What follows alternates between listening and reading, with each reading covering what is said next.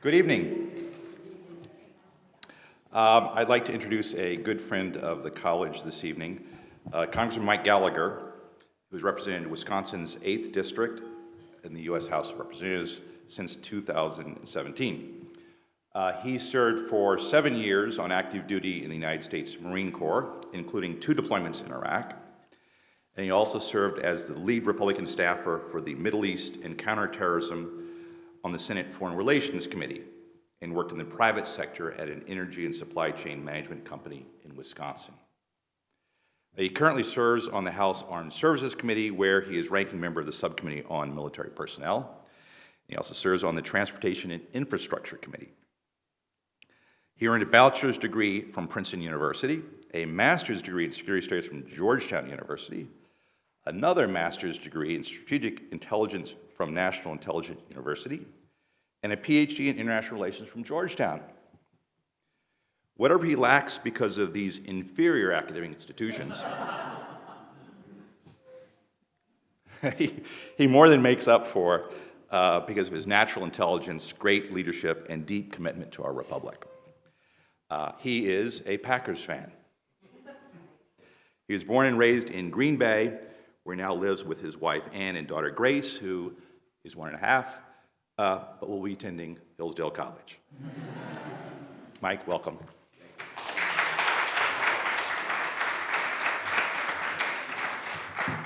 Well, we'll see if she's smart enough to get into Hillsdale. She's good at destroying things in our house. So. Well, thank you all for taking time to be with me tonight, and I'm very much looking forward to discussing a subject that has been the source of a lot of controversy on Capitol Hill, but I think it's worth discussing in depth, and it's great to see. I got to meet some of the new students upstairs. I feel very old. I don't think I'm that far removed from being an undergrad, but I'm sure I look like I am, but great to be with you here tonight. So I'd like to start with a little bit of a clip, which is 2017's Wolf Warrior 2, the second highest grossing Chinese film of all time. Earlier in the movie, the hero, a former People's Liberation Army special ops soldier named Lang Feng, sums up the movie's main message: the Americans are good for nothing.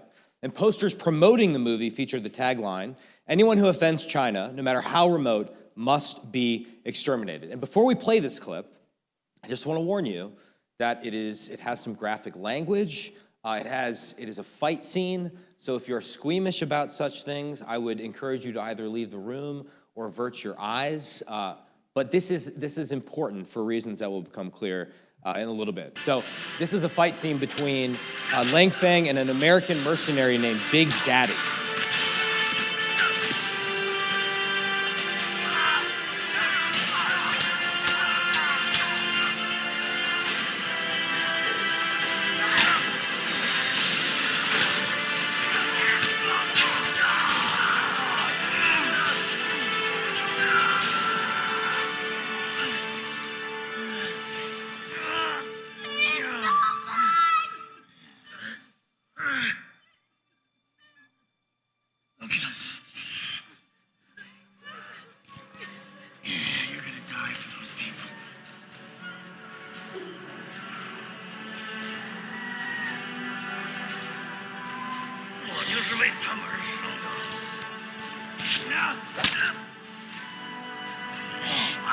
People like you always be inferior. People like me. Get used to it. Get fucking used to it.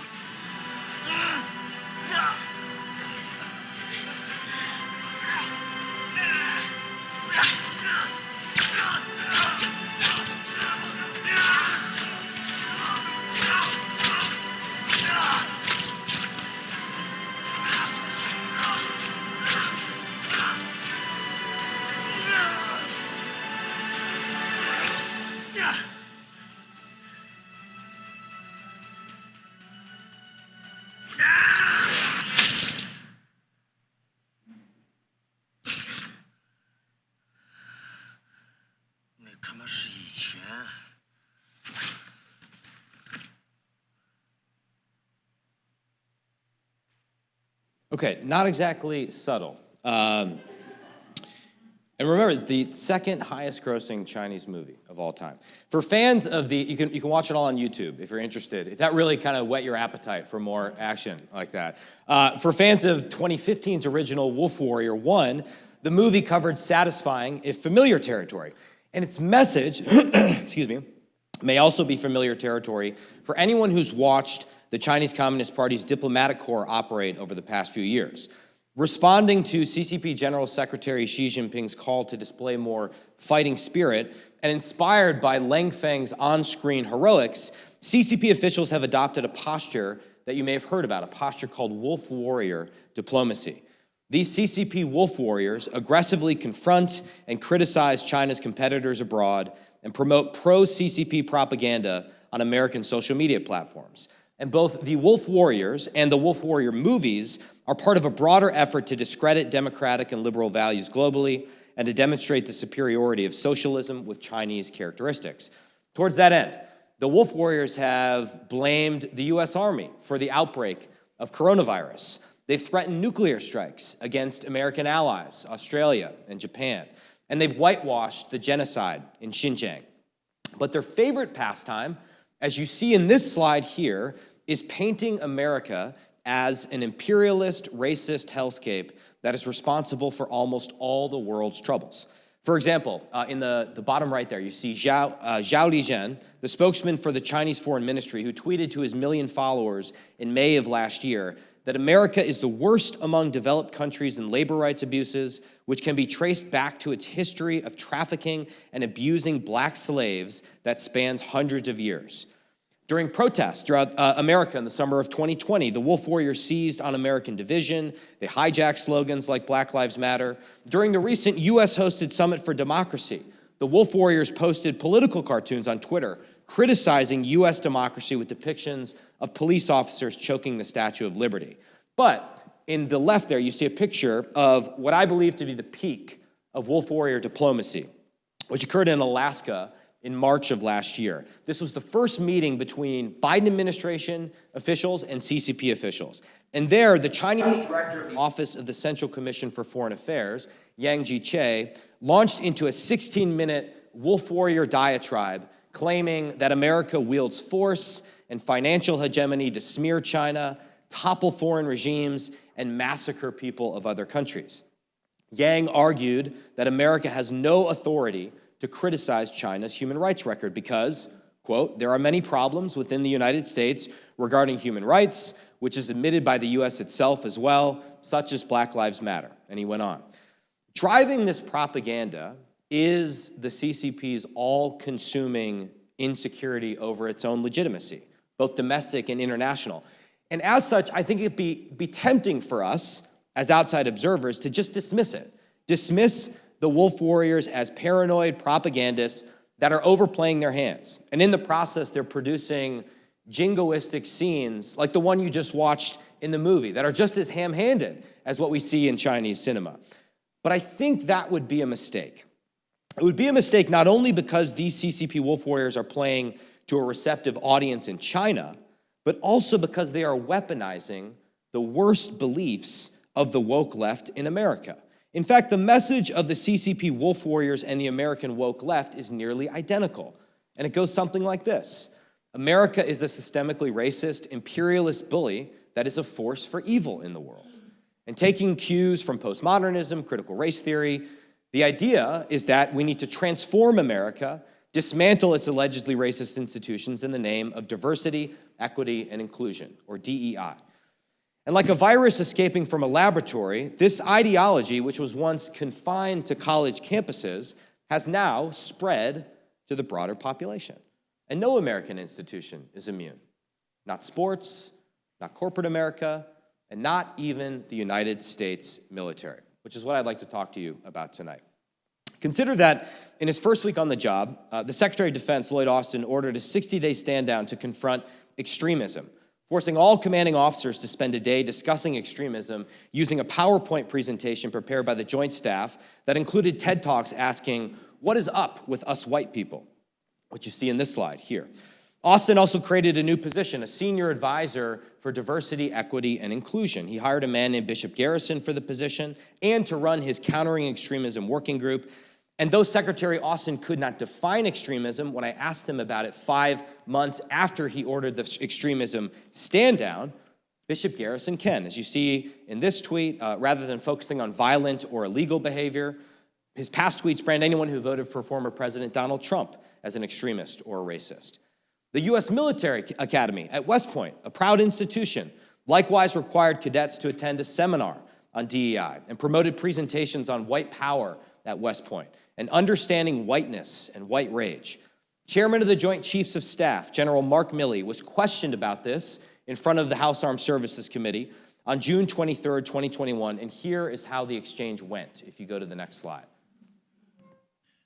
And it is important that we train and we understand, and I want to understand white rage, and I'm white, and I want to understand it. So what is it that caused thousands of people to assault this building and try to overturn the Constitution of the United States of America? What caused that? I want to find that out. I want to maintain an open mind here, and I do want to analyze it. It's important that we understand that because our soldiers, sailors, airmen, Marines, and Guardians, they come from the American people. So it is important that the leaders, now and in the future, do understand it. I've read Mao Zedong. I've read Karl Marx. I've read Lenin. That doesn't make me a communist. So what is wrong with understanding, having some situational understanding about the country for which we are here to defend? And I personally find it offensive that we are accusing the United States military, our general officers, our commissioned, non-commissioned officers, of being, quote, woke or something else because we're studying some theories that are out there. Admiral Mike Gallagher, who's the chief of naval operations, recently included Ibram X. Kendi's How to Be an Anti-Racist on his professional reading program, which is supposed to help sailors outthink our competition. Kendi, who is described as a leading historian according to one of the TED Talks in that PowerPoint presentation for the stand down on extremism, has called Supreme Court Justice Amy Coney Barrett a white colonizer. He argues that capitalism is essentially racist. He warns that racism has spread to nearly every part of the body politic, threatening the life of human society with nuclear war and climate change. He calls for the creation of a Department of Anti-Racism comprised of formally trained experts, no political appointees, no political oversight, with disciplinary tools to wield over and against policymakers and public officials who do not voluntarily change their racist policy and ideas. This created a lot of controversy, and Admiral Gallagher was questioned about his decision in front of the Armed Services Committee on June 15, 2021, and this is how it went. Sir, I'd have to understand the context. That is a simple question. Made. I'm not gonna. Admiral, this is a book that you recommended every sailor in the United States Navy read. Cherry-picked quotes from somebody's book. I'm not gonna do that. This is a bigger issue than Kendi's book. What this is really about is trying to paint the United States military, and in this case, the United States Navy is weak, as woke. And we've had sailors that spent 341 days at sea last year with minimal port visits, the longest deployments we've Admiral, had. I've met you. I respect we are you. Not weak. I remain astonished. We are strong, and our parents, Admiral, I remain astonished that you put this book on a reading list and recommended that every sailor in the United States Navy read it. I'm also surprised that you said you read it. But I'm glad you brought up those points. You, sir? The Department of Defense, Admiral, the Department of Defense undertook the stand down because they understand that extremism detracts from military readiness. So if sailors accept Kendi's argument that America and the United States Navy are fundamentally racist, as you've encouraged them to do you expect that to increase or decrease morale and cohesion or even recruiting into the United States Navy? I do know this. Our strength is in our diversity. Okay, I believe if you really, and these were sort of the two, I think, most heated exchanges on this in the committee last year. And it actually was more heated in the moment, if you were there. I think Milley and Gilday's comments really get to the heart of the matter here. You see, when Chairman Milley compared reading woke text to reading Chairman Mao, I think he unwittingly gives away the game.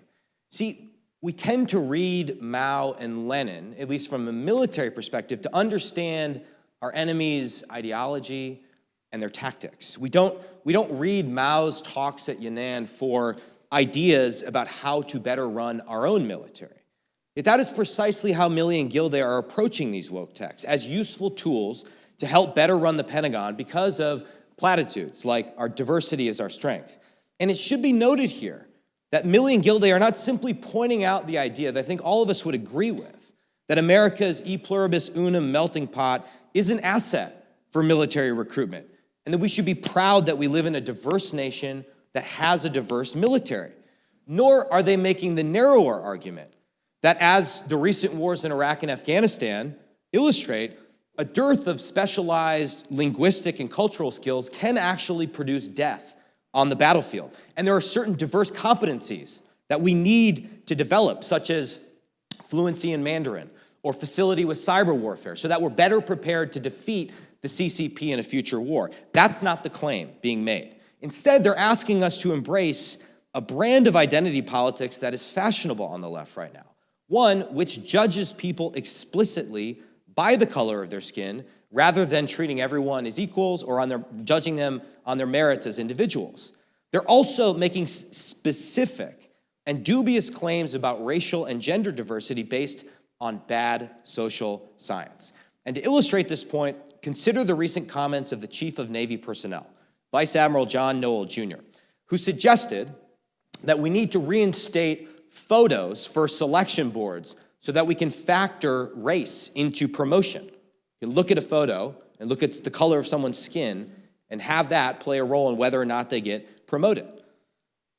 Noel also asserted, and here I quote, "We know that diverse teams that are led inclusively will perform better." We know that diverse teams that are led inclusively will perform better. This claim appears to come from a report called Task Force One Navy. It was commissioned after the death of George Floyd.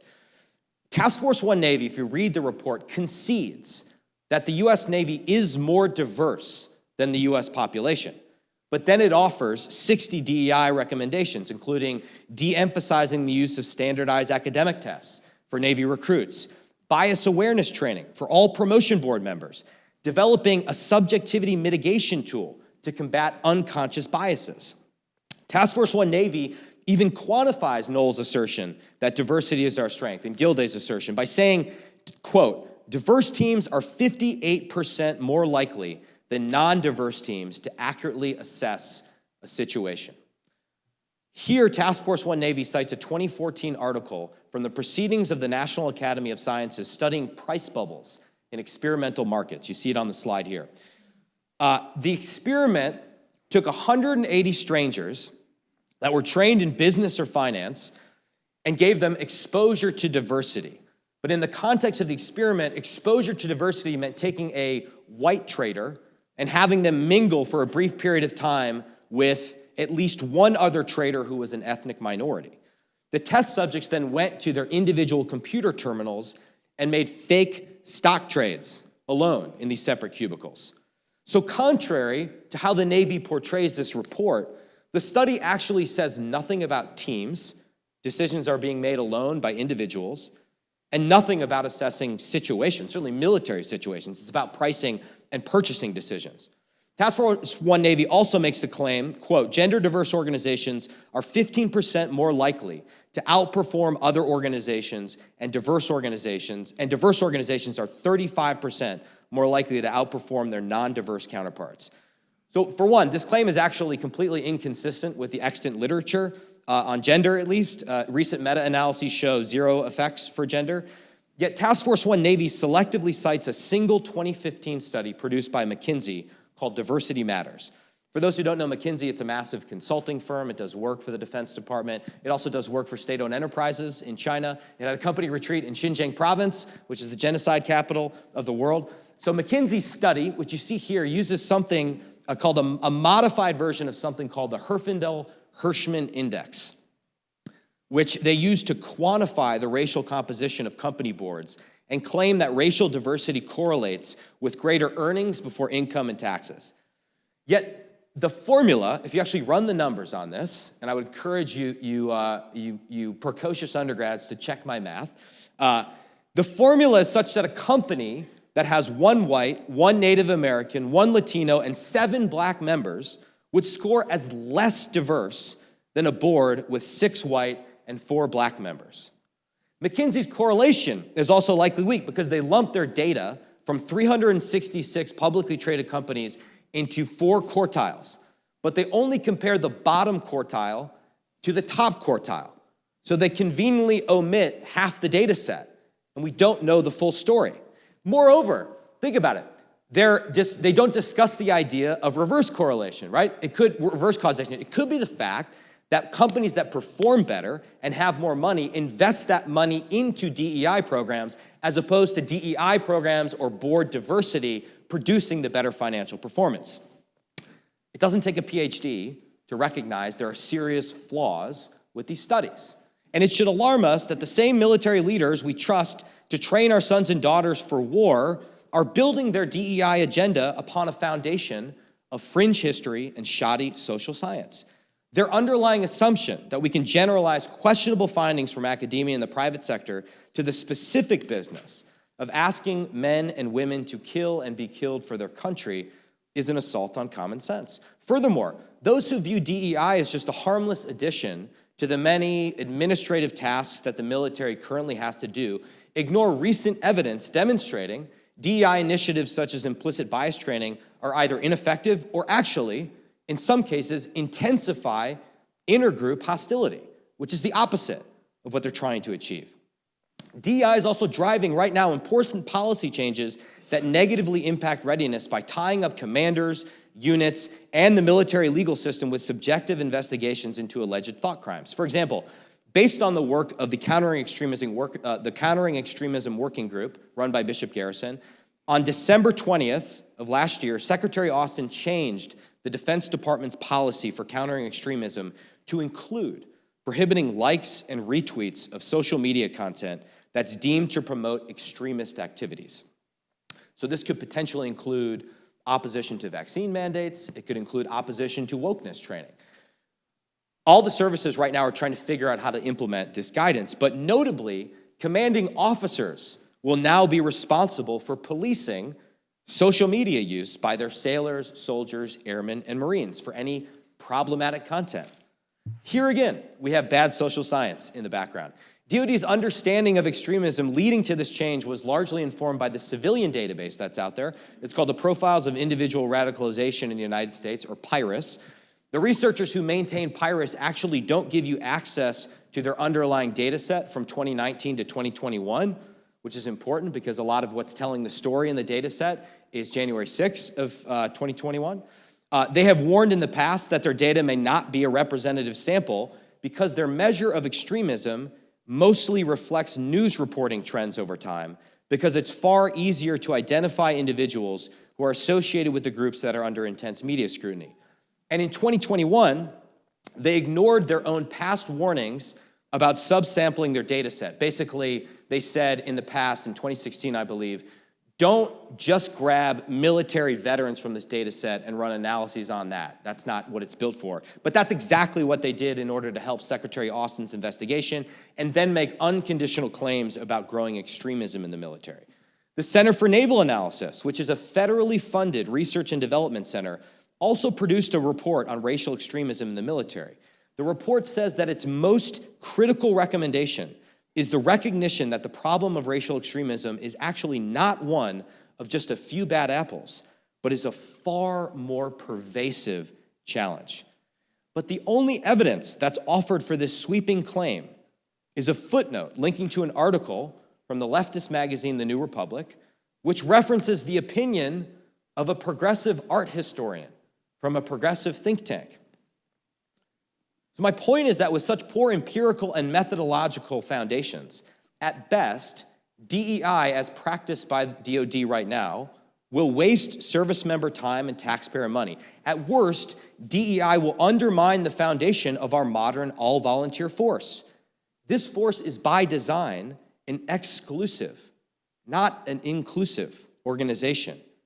I believe we are lucky to draw from a diverse population, but we do not want the U.S. military to look like a representative sample of the population. We want it to be the best and the brightest, regardless of skin color.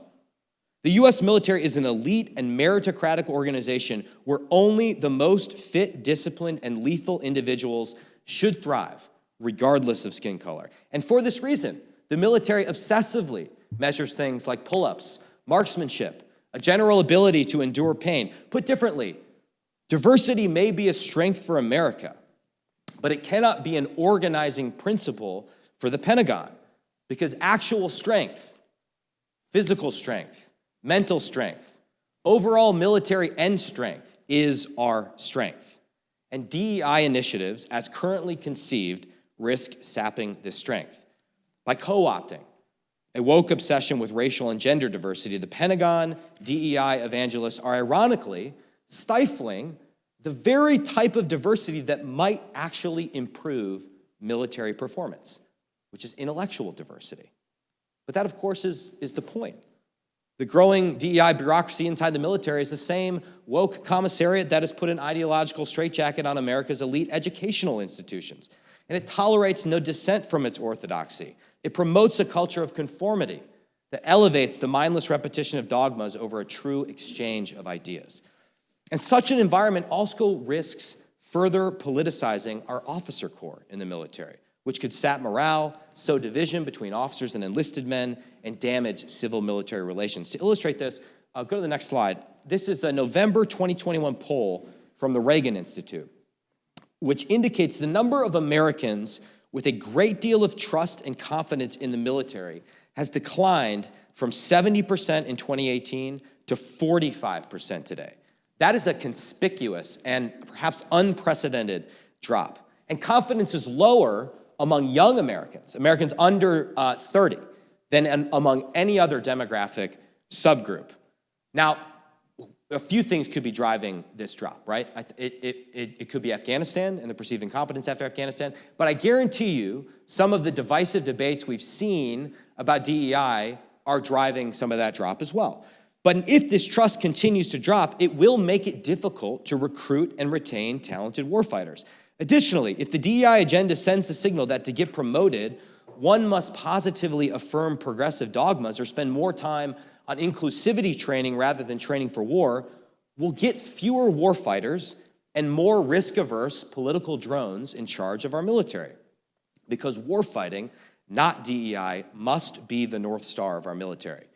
As Marine Corps doctrinal publication 1, Warfighting, seen on this slide, says, the military has two basic functions: waging war and preparing for war.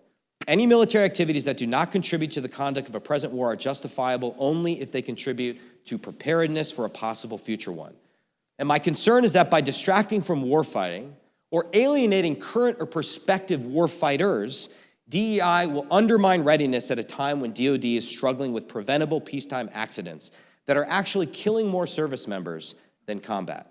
For example, in 2017, the USS Fitzgerald and the USS McCain collided with merchant vessels in separate incidents. It killed 17 sailors. The official Navy investigation into these described the accidents as avoidable. It cited complacency, substandard training, and a lack of basic seamanship skills.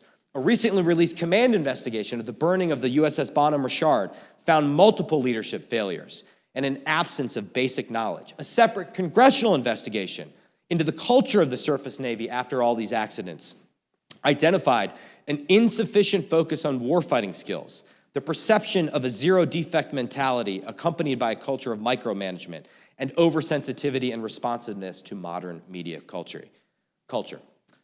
And then, of course, there is the fiasco of our humiliating surrender and botched withdrawal in Afghanistan, which Chairman Milley tried to spin as a logistical success. He called it a logistical success. It's like calling the Donner Party a logistical success. Half the people made it, but the other half. As shown in this slide, if you go to the next slide, this has headlines from CCP-run newspapers. The CCP Wolf Warriors immediately exploited the situation to send a message to Taiwan that America cannot be counted on in a crisis. So with all of these self-inflicted wounds, the CCP Wolf Warriors obviously sense that we look weak on the world stage, which brings me to the final concern about DEI and DoD. When our militaries embrace a woke DEI agenda against this backdrop of mounting military failures, they're validating the propaganda of our primary adversary, which of course makes us look even weaker. And this matters because the competition between the United States and China is not simply a military competition. It is at its heart an ideological competition between two fundamentally incompatible systems of government. And at stake are values such as freedom of conscience, human rights, or the basic idea that objective truth even exists. And if we give in to the wolf warrior and woke warrior fiction that America is a racist country whose military is endemic with white supremacists, we will have unilaterally disarmed in that ideological combat. And if we succumb to the delusion that America is irredeemably racist, we give up one of our most potent ideological weapons, which is the fact that America is still a free, multi-ethnic society that remains a dream destination for people all over the world. While the CCP is a profoundly racist and chauvinist entity, one that has enslaved 1 million Uyghur and Kazakh Muslims in pursuit of the destruction of non-Han Chinese languages and cultures. And so, right now, the PLA is preparing for a war over Taiwan that appears more likely by the day. I would submit to you the war has already begun. We're in phase 0 operations, and the CCP Wolf Warriors have launched a preemptive ideological strike designed to weaken America's will to fight by poisoning many of our citizens against our nation. And since war remains primarily a contest of wills, by weakening America's national pride through wokeism, the CCP thereby increases its chances of winning World War III, either by defeating an unready American military in combat or convincing America's leaders to surrender without fighting. And all of this, of course, has a demoralizing impact on our service members and potential military recruits. After all, why volunteer to fight for a country that's racist? Why die for this country if you don't believe that we are the good guys? And speaking of good guys versus bad guys, and I'll end with this. Recently, wait, just pause it for 1 sec. This is the actual highest grossing Chinese film of all time. It became that, I think, late last year. This is 2021's The Battle at Lake Changan. It's a 3-hour film set in the Korean War, or as the CCP calls it, the war to resist American aggression and aid Korea. It surpassed Wolf Warrior 2 as the highest grossing Chinese movie of all time. It actually stars the same actor that you saw at the beginning of this presentation who plays Lang Feng in Wolf Warrior. And here is the trailer. Play the trailer. 敌人的飞机肯定会巡逻这一带，我直接先找地方躲起来，天黑再出发。雷公，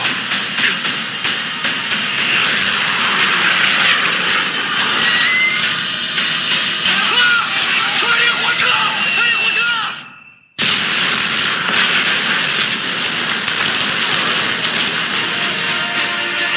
我指挥令，一营长规模分散，前往长津湖战区，南向前。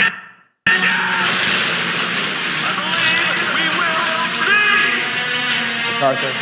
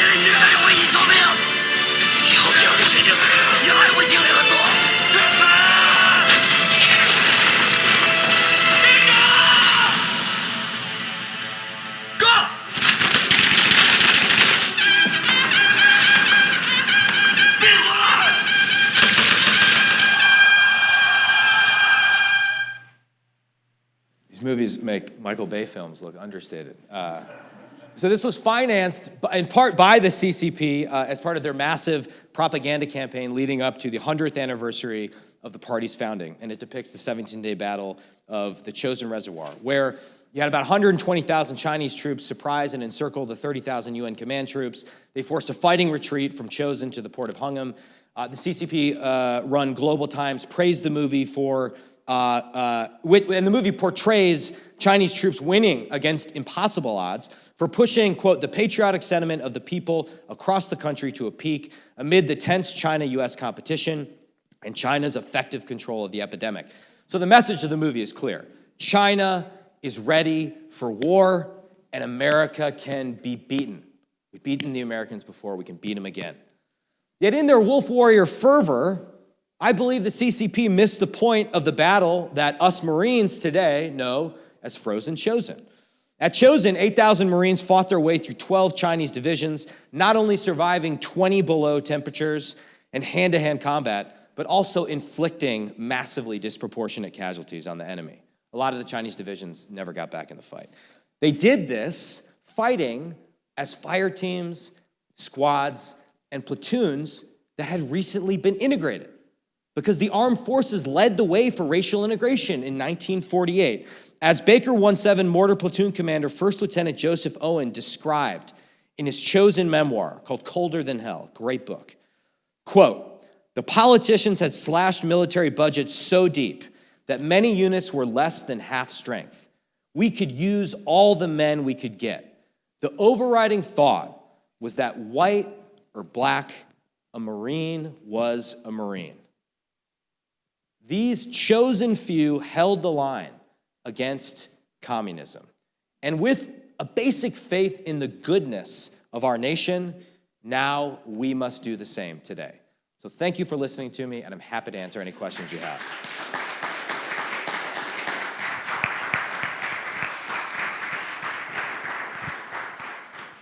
Oh, Jack Butler wants to ask a question. I've never met you before. So you saw, particularly in that second clip of the hearings that you showed, that one obstacle that will be faced in attempts to reform this problem you've identified is that the military command are interpreting criticism of the DEI infection of the military as criticism of the military per se. That's right. So I guess my question is two-pronged. One, how do you sort of advance an argument and advance policies to sort of head that off? And on the other hand, how do you resist a kind of nihilistic temptation to kind of accept that like the rot is so deep that the military almost can't be salvaged, and like only a just humiliating loss will shock America out of its complacency in this regard? Thank you, Jack, for that question. Well, first, I do think it's fair to characterize some of this as a criticism not of the military writ large, which is a large, diverse institution with a lot of different viewpoints, but in some ways as a criticism of the general officer and flag officer class, who at times, I fear, are just bending to current political pressures, and in some cases trying to appease their progressive political bosses. And I think that's a fair criticism in some cases. In fact, I would suspect I would suspect that the CNO doesn't have sort of a thorough understanding of everything that's in Ibram X. Kendi's book. So I think the best way to move beyond the perception that you're criticizing the military as a whole is to just point out the cracks in the foundation of a lot of this work, which is what I tried to do a little bit there. And I would say just talk to service members about their own experiences, right? I mean, I served in diverse units downrange in both of my deployments to Iraq. We had a very diverse units. Everyone worked together. It would shock me based on that experience that white supremacy was endemic in the United States military. And I think they're trying to make the claim that because you had a certain number of military veterans involved in January 6th, that somehow means that extremism is endemic in the military. And that, I think, is a distinction that needs to be parsed a little bit more. Because actually, if you look at a study that I think is a little bit better on this, George Washington University maintains an extremism database, and they say the best comparison may actually be male veterans in the entire population versus male veterans who participate in January 6th, and there the numbers are almost identical. It's actually less for January 6th. It's 14% compared with 13.1%. So I guess I just think there's a lot of serious work that needs to be done exposing the bad methods and bad history behind this, and I think that's a way to get at that distinction. What was the second part of your question, Jack? I'm sorry. So how do you resist this kind of nihilistic temptation to believe that the rot is set so deep that only a sort of massive national humiliation will shock the country out of it? And are you talking about the rot just in general with warfighting competency? Yeah, well, restricted to that. It seems unfair to do otherwise, at least on this occasion. Yeah. Well, I think right now we're undergoing a massive transition in the military, right? We spent the last 2 decades fighting largely counterinsurgency and counterterrorism wars in the Middle East. And all of the services are struggling with how do we do great power competition or deterrence by denial in Indo-PACOM effectively. I don't think it's a foregone conclusion that we will have a massive disaster. I think there are a lot of people working overtime behind the scenes, both in Congress, front of the scenes usually in Congress, but also in the Pentagon to ensure that doesn't happen. And time and again, I mean, we even saw this in Iraq. We had early disasters. The military proved to be a learning organization over time. We had good leadership at various points that resisted withering political pressure. I remember what General Petraeus went through. He was called General Petraeus when he came here to testify on the Hill. So I do ultimately have faith in the military's ability to adapt and avoid disaster. But if the force becomes more politicized, that is what concerns me. And ultimately, I think it comes down just to the quality of the young men and women that we're recruiting into the military. And there I'm actually pretty optimistic. Probably the best part of my job is that I get to nominate kids to go to our service academies. And I'm just telling you, I mean, granted, this is just the last 5 years I've been in office. They keep getting more and more impressive. So there, I think, if we give those kids leadership worthy of their innate talent and patriotism, I think we can avoid that disaster. The final thing I say, Jack, is I really do think the time has come because we are losing talent, top-level talent in the military because our personnel system has not really been substantially reformed for decades now. We're still operating under something called DOTMA, the Defense Officer Personnel Management Act. That needs a comprehensive reform. We need to reform our war colleges to ensure that we're sending the best and the brightest to go to war college and they're actually studying war. I believe our war colleges in many cases have become sort of mediocre, civilianized master's degree granting organizations. And in many cases, people that we send to the war colleges then get out of the military after we've invested that time in them. That was not the case, for example, when Eisenhower went to the War College and graduated first in his class. We don't publicize the rank structure. Tom Ricks has done some good work on this. So I do think it's going to require a broader reform to how we manage careers in the military to make sure that we're not losing good people and by extension, not losing a future war. I guess the alternative is to have that shock to the system that will wake us out of our slumber, but I prefer to avoid that. Sir. I'm Peter Humphrey, an intelligence analyst and a former diplomat. I see a problem in that the best schools, Ivy schools, have actually set aside more qualified students to accommodate the diversity agenda.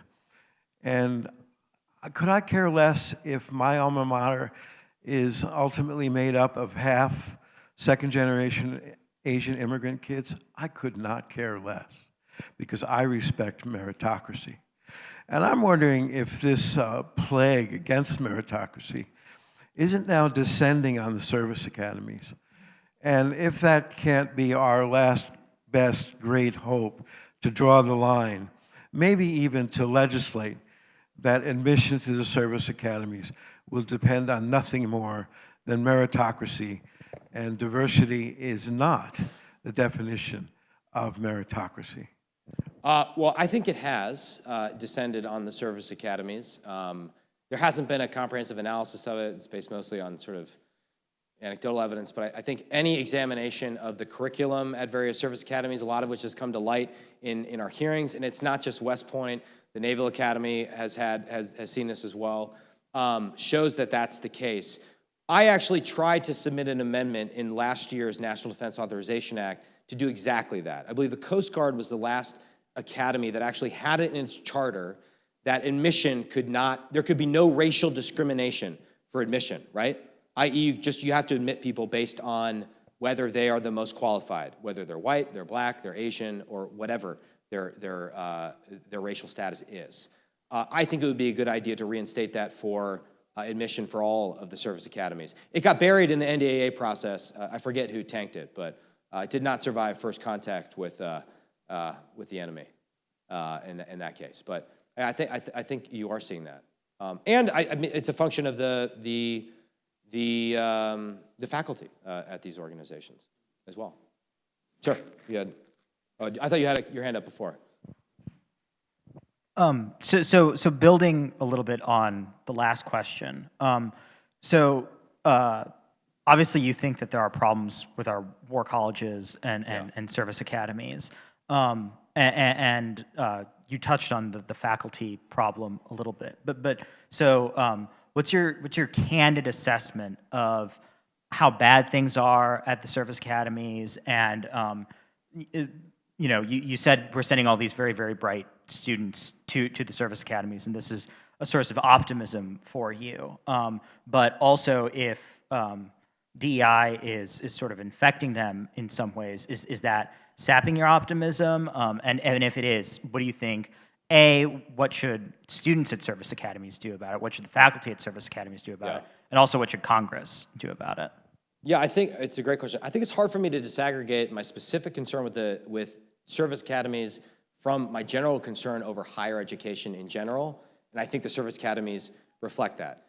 In general, I think, in fact, the biggest thing I hear from constituents in my district, which is actually the biggest thing besides we need more workers, where are people that are willing to work that have basic skill set, is related to the second thing, which is that, you know what, not all kids need to go to a four-year college. Now, there are exceptions that prove the rule. Hillsdale is a shining exception, and I think has proven its value time and again.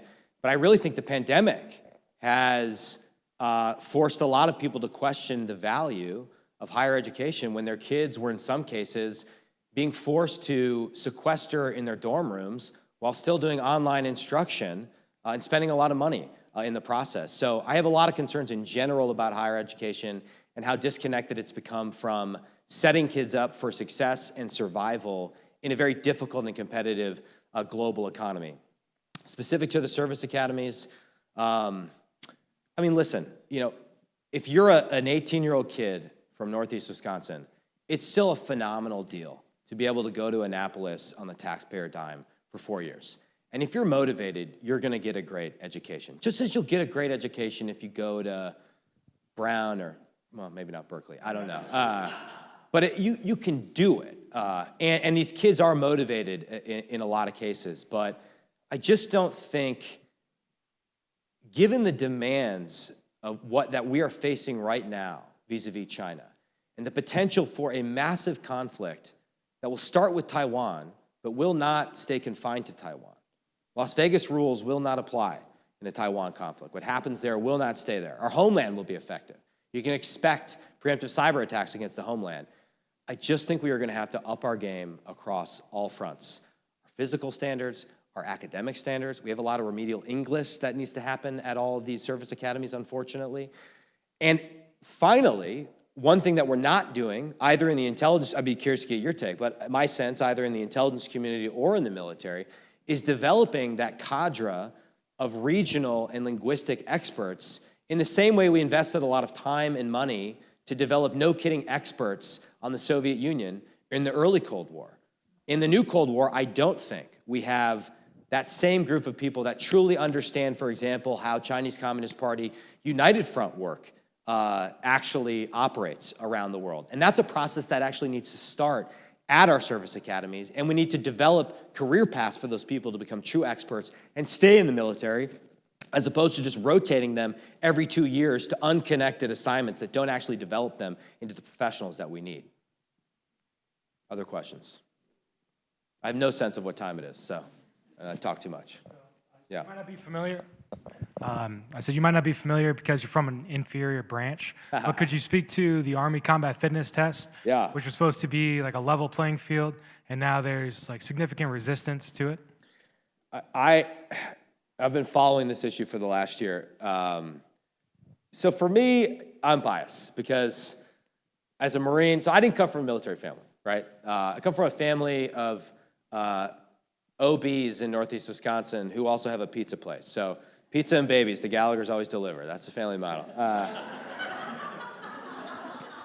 And I was let's say a bookish kid growing up. I played basketball, I played golf, but I was not like a star athlete, and I never lifted weights growing up at all. So the first time I got on a pull-up bar, I think I did like 3 pull-ups, right? That's embarrassing if you're a Marine. You need to at least be doing 20 when you go down to officer candidate school. And that was a tough thing for me to do. But that's a beautiful experience. You have to work to that. And that's a standard that's consistent across all Marines. Now, they give you a little bit of a cheat as you start to get older. It's a weighted range. But for me, it doesn't make any sense to have different physical standards. We obviously have different physical standards for male and females. Females, when I was in the Marine Corps, could do flexed arm hangs for a variety of reasons. But when we allow people to start carving out, I'm going to do a row as opposed to a run, or I think in the Air Force, you can choose your own adventure of row, swim, run, play 9 holes, That to me undermines something that's beautiful and essential about the military, which is everyone is held to the same standards. And certainly on the Military Personnel Committee, my goal this year is to take every physical fitness test for all of the branches and see how they stack up. My sense is that without those exceptions, the new Army Combat Fitness Test is actually difficult in a lot of ways. Oh, it has gotten easier. Oh, interesting.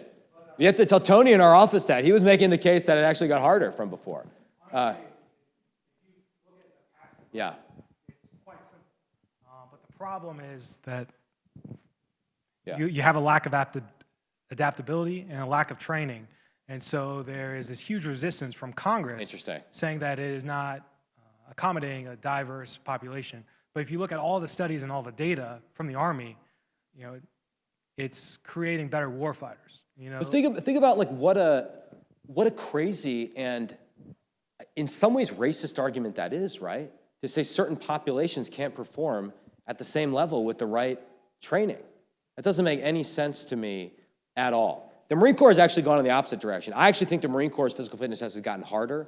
They replaced the sit-up requirement with a plank, and you have to hold a plank for a long period of time, and it went from 20 pull-ups to 22 pull-ups. So that, to me, is the right way to go. I mean, we have this sort of fantasy that reappears every few years. H.R. McMaster calls it a vampire fallacy, which is that war is going to become so highly technologically developed that you're going to sort of negate the human dimension of war. That is just certainly not the case, or at least that's not something we could confidently predict. And I think future war is going to get more demanding both physically and cognitively. So I don't see any case for diluting the standards of the physical fitness test right now. And now I'm like, after going from 3 pull-ups initially and embarrassing myself, I'm now like obsessed with pull-ups. I have a pull-up bar in my office. I have this recurring dream where I'm just doing infinity pull-ups every night. So if I can do it, then anybody can do it.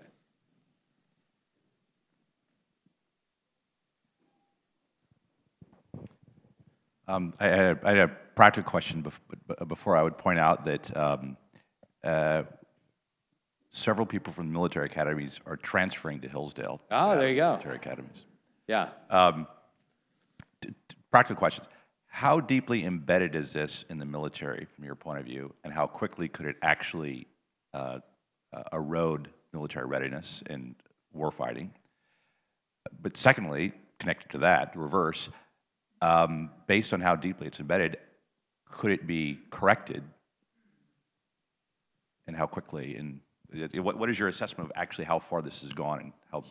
My honest assessment is that it is not yet deeply embedded, that it is mostly right now a top-down thing. We have it, because this honestly has, I was thinking about this the other day. When I first ran, we were talking about this a little bit. When I first ran for Congress in 2016, the arguments we had in my campaign were about policy, right? It was healthcare, Social Security, debt, spending issues.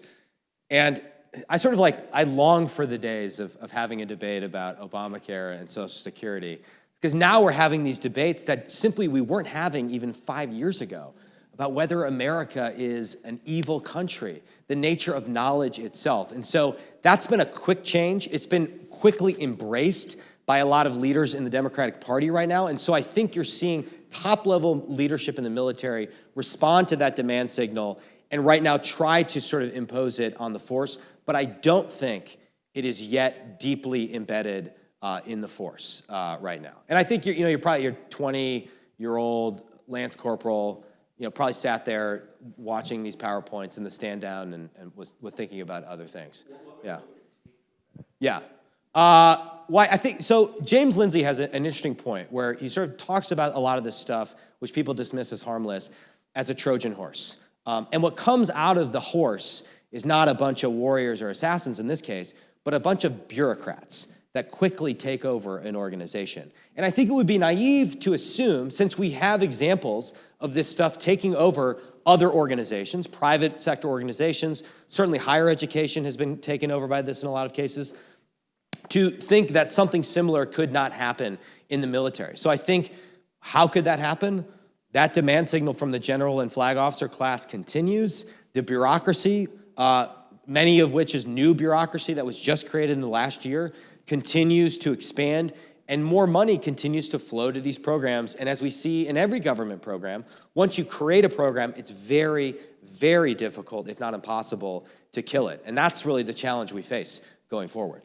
And again, I really worry it's going to create racial tension in the military where it did not exist before. And that's a huge problem. One more? Hi there. Hi. I'm just wondering if you could touch on kind of the transgender, gender transition issue in this. I mean, that's obviously a big part of the wokeness.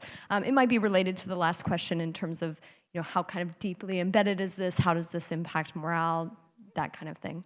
Well, it's been a huge source of controversy in the military. There's been policy changes back and forth, and the question is, I think most reasonable people would agree with the idea that the military should not be in the business of paying for gender reassignment surgery. And I think regardless of whether you actually think transgender individuals should be allowed to serve or should serve in their actual gender, and then after they get out they can do whatever they want, I think at a minimum you have to say taxpayer dollars should not be funding gender reassignment surgery, and that's a concern. So I would sort of land on that point. Right now we're going back in the direction of sort of trying to accommodate the transgender community and allow them to serve in the military. I do worry about the effect that's going to have certainly on combat units in the military, many of whom still don't have women in certain units. So for example, in the Marine Corps, we have, I think, at least 2 or 3 female officers that have graduated from infantry officer course. It actually took a longer time for them to do that than to graduate from Ranger School, which is further proof that the Marine Corps is harder than the Army. But I think there are legitimate concerns about the effect that opening the floodgates for a transgender, certainly in combat units and infantry units, would have on unit morale and cohesion. But I think all of us would say, everyone deserves to be treated with respect. It's just a question of, in the military, and when it comes to taxpayer dollars, what we do with that.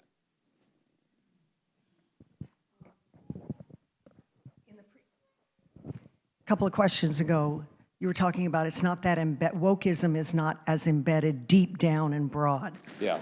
And so if it can vanish, is that relative, or would you say it could be relative to who is the president? Yeah. And what side of the aisle the president aligns with? Well, absolutely. I mean, the president is the commander-in-chief. He sets the tone for the military. He also just sets the tone and the credibility of American military deterrence more broadly, right? What the president says, how he acts, how he conducts himself, has a profound impact on the ability of our young men and women to accomplish the very dangerous mission we're asking them to accomplish. And my concern with President Biden right now is not just this embrace of a woke agenda that I feel is incredibly divisive, that I hear every day from parents in my districts are worried about it in K-12 education and things like that at its core I think is anti-American. It's been referred to as racial Marxism in many cases. But I also just think the president doesn't have a basic understanding of deterrence and is recapitulating some of the worst mistakes that we learned in the Obama administration.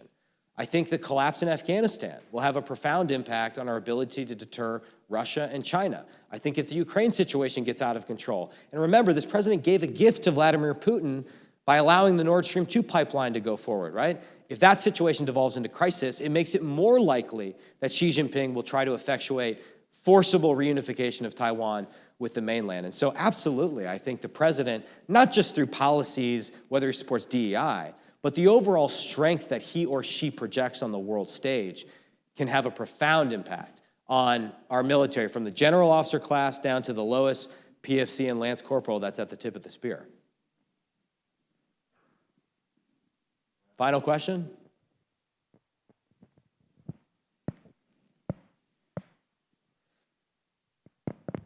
Thank you much for doing this. I have a question about kind of the good diversity you were talking about how we need to have language skills and technical skills for cyber. How do we promote those good kind of diversity without leading it into DEI?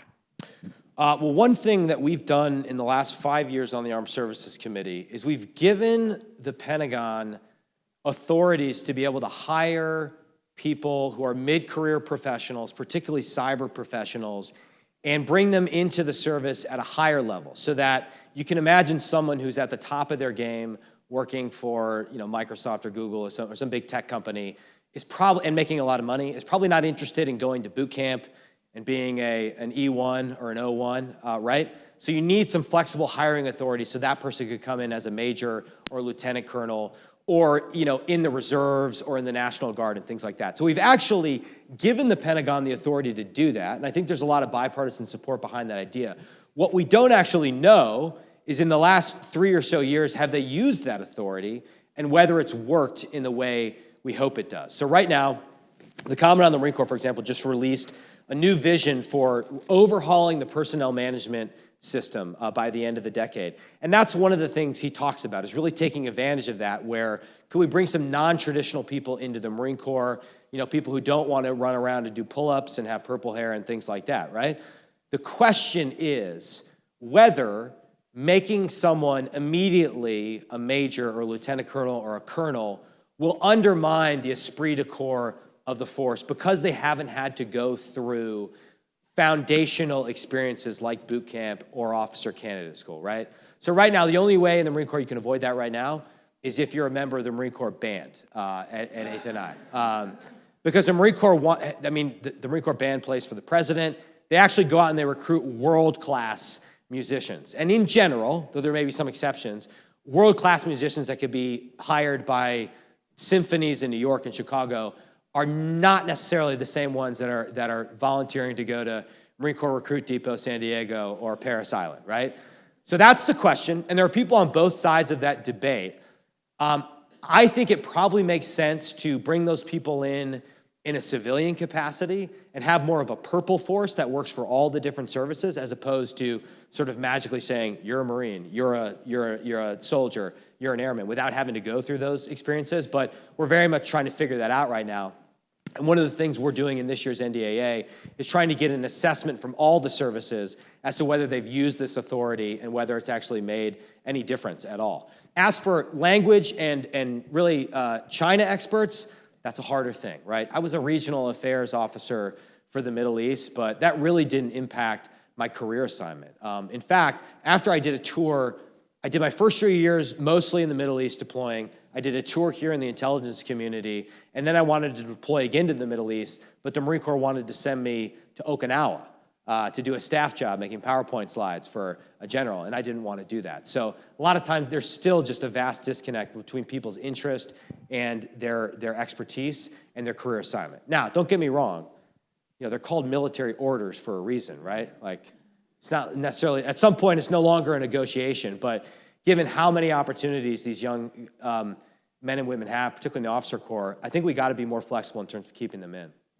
I'm going to end with one last question for you. That several of my own students, I know there are others, that have gone into the military and have gone through Quantico and have now in their assignments. They don't want to stay. They want to get out of there as fast as they can. But they went there for the right reasons. Yeah. And what would you tell them? Well, I think you take it 3 years at a time, right? Your general assignment is 3 years, sometimes 2 years. I don't think you need to commit When I went in, I was convinced I was just going to do 3.5 years and get out, go to business school, make tons of money, endow a building at Hillsdale, perhaps. No, that didn't happen. But I stayed in for 4 more years because I had a great experience. I worked for, when General Petraeus became commander of CENTCOM, I got onto his assessment team. He did this comprehensive review of the region.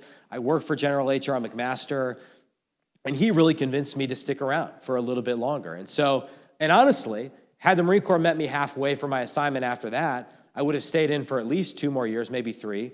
And at that point, I would have been at 10 years. And once you're on the other side of 10 years, it's easy to talk yourself into going for the full 20, right? So again, I think if we're able to reform the personnel management system, and I think you're going to be able to keep those people a little bit longer. And my approach was always, if I can do what I want to do in uniform, I'd rather stay in uniform because it's fun. And I had a blast whenever I was deployed downrange. I didn't want to spend my days inside an office doing PowerPoint stuff, though. So that's kind of the difficult thing. But I think also, if we can't keep those people on active duty, we need to do everything humanly possible to keep them in the reserves. And I did not stay in the reserves. I think that was an error in retrospect, because if the proverbial stuff hits the fan in Taiwan with China, we're going to be activating a lot of our reservists, and we're going to need a lot of very talented people whose presumably private sector experience will help them bring unique insights to the military in a conflict like that. We're going to need them in the fight. And that's where I actually think we can do a lot of creative things. And the final thing I'd say for the intelligence community, I think there's a lot we can do to leverage people in the financial community and in the private sector and draw on their insight routinely, which we're not doing right now. So not an easy silver bullet answer to your question, but it's going to require some creativity and flexibility from the services. Great. Thank you, Congressman. Thank you. Appreciate it.